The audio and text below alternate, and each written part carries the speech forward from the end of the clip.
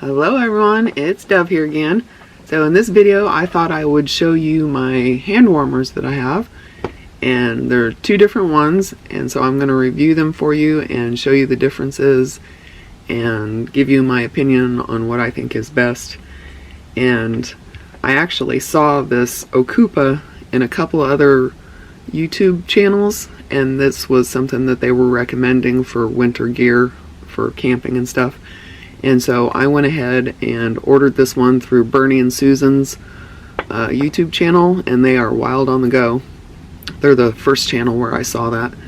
And when I put this in my cart, the little box showed up it said, you know, other customers have ordered this, and I looked at it, and in the price comparison, when I bought this, it was like $37, and I think it had a coupon on it, but this one was on a lightning deal that day, and I think I only paid like $18 for it, so it was quite a bit cheaper. And I thought, well, you know, why not? I wanted to see what was the difference is. I mean, this one is half the battery size, but other than that, I thought this was a really cool design, and so I just went ahead and added it to my cart just so that I could compare the two.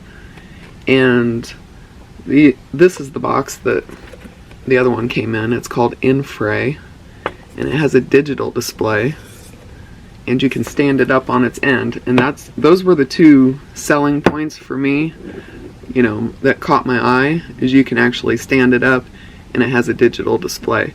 And so I knew, this being 5200 milliamps, I knew that it would only warm for half as long, because the Ocoopa is 10,000 milliamps, and so I knew going into it that this would last twice as long. And so they both will do low, medium, and high. Low is 95 degrees, medium is 113, and high is 131 degrees. And on the Ocoopa, instead of it being a digital display, it's just got these battery indicators. There's a little button right there, and to quickly see how much battery life you have left, you just double press. I don't know, yeah, you can see that. So that it's fully charged right now. It has all three lights on, so it would just be, when it's running, it goes from 3 to 2 to 1 light, and then it shuts off. And this one, of course, has a digital display, and they both turn on right up here on this one.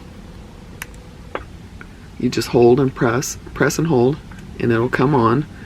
And this one will show you 95 degrees, and then you just toggle through. There's 113, 131, and then if you change your mind, you can go back to 95. And then I did my testing on medium for both of these, so it'll say 113. And one of the things I don't like about this is you can't quickly see what the charge is unless you charge it in to USB to charge it. You can't quickly see the battery level, because this thing displays the temperature that you've set it at for 15 seconds. So if you're impatient like me, you're gonna be like, yeah, what's the battery level? And this is not fully charged. I've been using it a little bit since I charged it last, so it says 68%. And so I do like that little digital display. I thought that was really handy. And then this one, when you turn it on, you push and hold, and one light is low. Press it again for medium, a third time for high, and then again you can toggle through back to low. And I had it on 2 on a medium, and so that's what I was running my test on. And both of these, when you're not using them as a warmer, you can charge other things with them. And so to turn it off, you just press and hold again, and that shuts it off. And same thing over here, you just press and hold again. And so if you're not using them, you can charge them, or use them to charge other USB devices. And so these are the cables, the charging cables. They're the same length, same exact thing, same length. But on this one, if you want to charge a USB device, there's a port here at the end for a regular USB, and there's also USB-C port, and then the other port, the third port, is what you charge in. And so there's 3 ports on the Ocoopa, whereas the Infray, it just has this one single port, and so that's where you charge it, and that's where you can also charge other devices. They give you this little adapter. I'm not sure how well you can see that. You can't do USB-C, but you can do regular USB charging, just like that. And I really do like how it stands up. I mean, if it performed better, I would recommend this more, but really the performance is not as good as I wanted it to be. And so these are the bags that they came in. This is the other thing I like about the Infray. Look at how big that bag is. It fits the warmer and the USB cable with no problem. And on this one, look at that. Do you see how, like, it's a joke. When I first got it, I was like, you've got to be kidding me. You put it in there and it just barely fits. Like, it just barely fits. I was initially trying to store the USB cable in there, and look what I did. Like, this is the seam, and you can tell right here, I started blowing out the seam because when I was shoving this down in there, it was bulging. It just doesn't work. So thumbs down on Ocoopa's bag. That's really cheesy. Like, they could have given you an inch on both sides, or a half an inch on the side and an inch on the top, and it would have been much better, because then you could carry the cable with it. They give you this silicone wrist strap thing that you can put in. I don't know if you can see that. There they are. Those little holes right there, you can thread that through and just have it dangling and everything. But if I were to put that on there, then it wouldn't fit into this bag. And so I'm not going to use that. It's a nice gesture, but until they make the bag bigger, then whatever. But I was thinking about actually switching them, because when I put this Infray in here, because it's narrower at the top, I can actually get the cable in there without it stressing the bag very much. And so that's much better. So I may actually just end up putting the Ocoopa in the Infray bag, and vice versa. So whatever, that was the other thing I didn't like about the Ocoopa. I guess I don't mind that it doesn't have a digital display, as long as it's a good strong hand warmer, which it is. And so I'm not going to complain too much about that. And so what I did when I first got them, I charged them up fully on my Jackery 500 back here, and the Infray was actually already at 100%, and so I unplugged it, and I guess I should have left it plugged in, because during my second charging of this, when it got up to full charge, it shut down fully on its own. So it probably did need a little bit of charging there in the beginning, but it said 100%, and so I just, whatever, I just unplugged it and kept this one plugged in, because it was only about at a half charge. And when I was charging them on the Jackery, I know this one for certain takes about 13 to 14 watts when you first plug it in. And then this one, when I was charging them both in, they were both pulling 23 watts. And so this one was definitely taking more, which makes sense because the battery is bigger.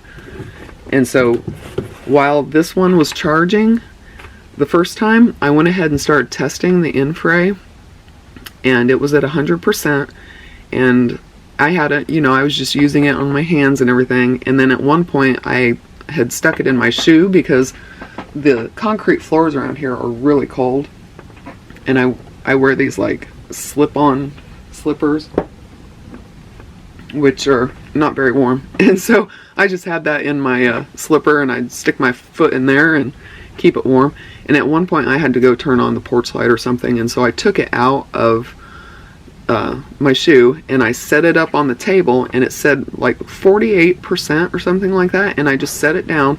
I walked away from it for like literally just 30 seconds. I came back and the unit was turned off, and I'm like, okay, well that's weird. And I turned it back on, and it came on and then turned off. And I tried that 2 more times, and each time I would turn it on, it would show the 95 degrees, and then it would shut off. And I'm like, well, that's strange. And so I went ahead and thought, well, I'm just going to recharge it and see what happens. When I plugged it into the Jackery, that's when it shows you the charge, the initial charge. It was saying it was at 0%. And so somehow, some way, it went from 40-some% to 0 in about 30 seconds. And so that was my first experience with this, and it's just not very reliable. The digital display is not reliable in my opinion, and you know, for it to totally turn off at 48% and then to show up back at 0, that doesn't make me feel good about this. And so that was the one thing that I really don't like about this. It's just not reliable. And it also does not get as warm as this one. This one, because I have a digital thermometer, I was able to, while they were running, I was able to hold it about 1 inch away and take its temperature. So during the whole testing period, every half an hour I had my timer set, so every half an hour I would take its temperature. I would take both of their temperatures, and they were both running consistently the whole time, the same temperatures the whole time. And then I would also write down how much percentage I had left in here and how many lights I had on that one. So yeah, I charged it all the way up to fully charged, then I discharged them all down till they died, and then I charged them all the way back up again using the Jackery here. And so that was my full testing. And like I said, every half an hour I was taking its temperature and writing everything down. And this one, during my second testing, it ran for 4.5 hours. And the indicators said 20% the last time I looked at it. And then the next time I went to check the thing, it was like, you know, at the half-hour mark, it had turned off. And so this one lasted about 4.5 hours on medium, and so I went ahead and kept going with this one, and this one lasted 8.5 hours on medium. And during the testing for the temperature, this one was getting up to 113 when it was, you know, because these things, they turn on and off, not turn on and off, but like the heating element will go on and off to maintain the heat. And at the highest temperature, this one was probably 114, so it was reaching that 113 mark when it was fully activated and heating. When it was in its resting position, it was reading at about 107, so this one is a little bit underperforming. But this one was overperforming, definitely. This Ocoopa was 10 to 15 degrees hotter at all times than the Infray. So not only did this last longer, it also got warmer. And that's another reason why I would recommend this one over that one. And let's see, what else did I want to talk about? Okay, so then when I recharged them, when they fully discharged, when I went to recharge them, they both took 3 hours to recharge from dead. And so that was another disappointment to me. It took 3 hours to charge this thing, and it discharged in 4.5 hours. Whereas this 3-hour charge lasted me 8.5 hours, and it got warmer. So all that information put together makes me want to recommend this one, definitely, because it's only, you know, when all's said and done, it's about $10 more. You know how Amazon is with their prices. They're always fluctuating, and they're always, you know, adding and subtracting coupons. And so, but in general, this one was only about $10 more than this one, and you're getting twice as much. And so definitely, if you're thinking about one of these and you have, you know, $31 to $37 to spare, I would get this one over the Infray. And I think that was about it, guys. Hopefully I don't have to edit this thing too much. Alright, talk to you later. Bye.